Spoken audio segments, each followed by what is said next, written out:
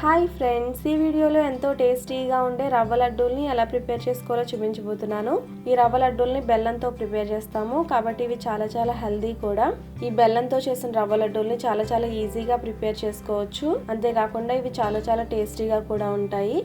So ఈ tasty రెసిపీని ఇప్పుడు ఎలా ప్రిపేర్ చేసుకోవాలో చూద్దాము. ఫస్ట్ రవ్వ లడ్డూల కోసం ఒక ప్యాన్లో 1/2 కప్ వరకు గీని వేసుకోవాలి.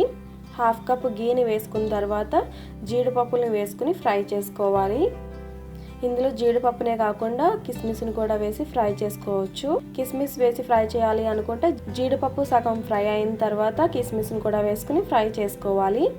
లైట్ గోల్డెన్ కలర్ వచ్చేంత వరకు కూడా ఫ్రై చేసుకుని ఒక బౌల్లోకి తీసేసుకోవాలి. నెక్స్ట్ ఇదే ప్యాన్లో 2 కప్స్ వరకు బొంబాయి రవ్వని వేసుకోవాలి. బొంబాయి రవ్వ అంటే ఉప్మా రవ్వ ఉంటుంది కదండి, సెమోలేనా అంటారు, సూజీ అంటారు, ఆ రవ్వ అనమాట. ఇలా మిక్స్ చేసుకుంటూ లో ఫ్లేమ్లోనే ఈ రవ్వని ఫ్రై చేసుకోవాలి. ఈ రవ్వని లో ఫ్లేమ్లో 15 మినిట్స్ పాటు ఫ్రై చేసిన తర్వాత 1/2 కప్ కొబ్బరి తురుమును కూడా వేసుకోవాలి. 2 కప్స్ రవ్వకి 1/2 కప్ వరకు కొబ్బరి తురుము సరిపోతుందండి.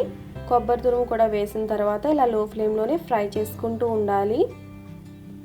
రవ్వ సగం ఫ్రై అయిన తర్వాత మాత్రమే ఈ కొబ్బరి తురుముని వేసుకోవాలి. ఈ రవ్వ లైట్ గోల్డెన్ కలర్ వచ్చేంత వరకు కూడా ఫ్రై చేసుకోవాలి. ఇలా ఫ్రై అవడానికి ఇంచుమించు 30 మినిట్స్ వరకు టైం పడుతుంది. లో ఫ్లేమ్లోనే నిదానంగా ఫ్రై చేసుకోవాలి. రవ్వ లడ్డూలోని టేస్ట్ అంతా కూడా మీకు ఇలా ఫ్రై చేయడంలోనే ఉంటుంది. హై ఫ్లేమ్ పెట్టి ఫ్రై చేసేసారంటే రవ్వ సరిగ్గా ఈవెన్గా వేగదు. సో రవ్వ ఇలా లైట్ గోల్డెన్ కలర్ వచ్చేంత వరకు కూడా ఫ్రై చేసుకున్న తర్వాత స్టవ్ ఆఫ్ చేసుకుని ఒక ప్లేట్లోకి వేసుకుని చల్లారబెట్టుకోవాలి. ఇలానే ప్యాన్లో ఉంచేసారంటే రవ్వ ఎక్కువ వేగిపోతుంది. ఇలా ఫ్రై అయిపోయిన తర్వాత వెంటనే ఒక ప్లేట్లోకి వేసుకుని చల్లారబెట్టుకోవాలి. నెక్స్ట్ పాకం కోసం బెల్లాన్ని తీసుకోవాలి. బెల్లాన్ని 1.5 కప్ వరకు తీసుకోవాలి. నెక్స్ట్ 1 కప్ వాటర్ని కూడా వేసుకుని బెల్లం కరిగేంత వరకు కూడా లో టు మీడియం ఫ్లేమ్లో ఇలా మిక్స్ చేసుకుంటూ ఉండాలి. బెల్లం రవ్వ లడ్డూలకి బెల్లం కొంచెం ఎక్కువే పడుతుందండి. 2 కప్పుల రవ్వకి 1.5 కప్ వరకు బెల్లం పడుతుంది. మీరు ఇంకా స్వీట్ ఎక్కువ తినేవాళ్ళు అయితే 2 కప్స్ రవ్వకి 1 3/4 కప్ వరకు మీరు బెల్లాన్ని యాడ్ చేసుకోవచ్చు. బెల్లం రవ్వ లడ్డూలకి బెల్లం కొంచెం ఎక్కువ పడుతుంది. అదే పంచదారతో చేసే రవ్వ లడ్డూలు అయితే పంచదార కొంచెం తగ్గించి వేసుకోవాలి. బెల్లం మొత్తం కూడా ఇలా కరిగిపోయిన తర్వాత ఈ బెల్లం వాటర్ని బాగా స్ట్రైన్ చేసుకోవాలి.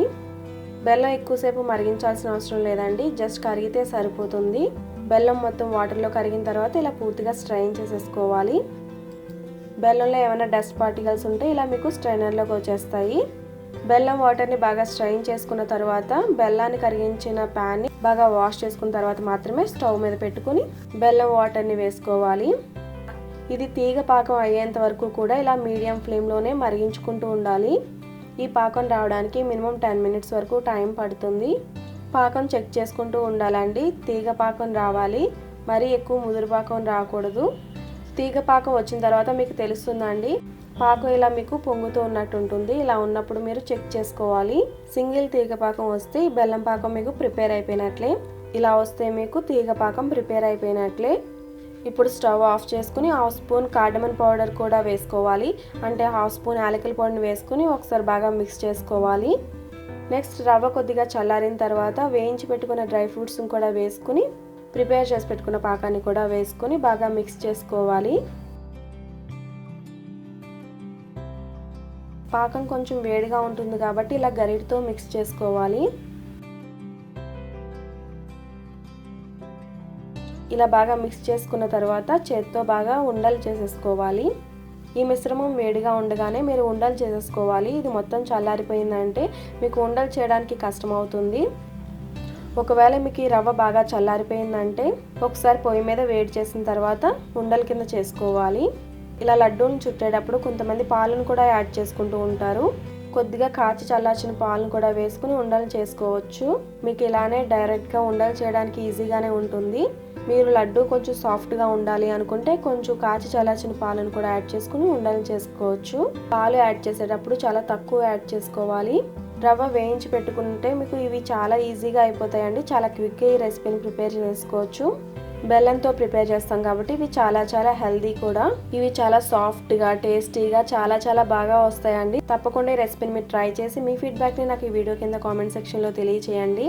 ఈ రెసిపీ మీకు నచ్చితే తప్పకుండా లైక్ చేయండి. రెసిపీ ఎవరికైనా హెల్ప్ అవుతుంది అనుకుంటే రెసిపీని మీ ఫ్రెండ్స్ అండ్ ఫ్యామిలీస్కి తప్పకుండా షేర్ చేయండి. మరిన్ని రెసిపీస్ కోసం నా ఛానల్ సబ్స్క్రైబ్ చేయండి. అలాగే తర్వాత వచ్చే బెల్ ఐకాన్ కూడా క్లిక్ చేయండి. Thanks for watching.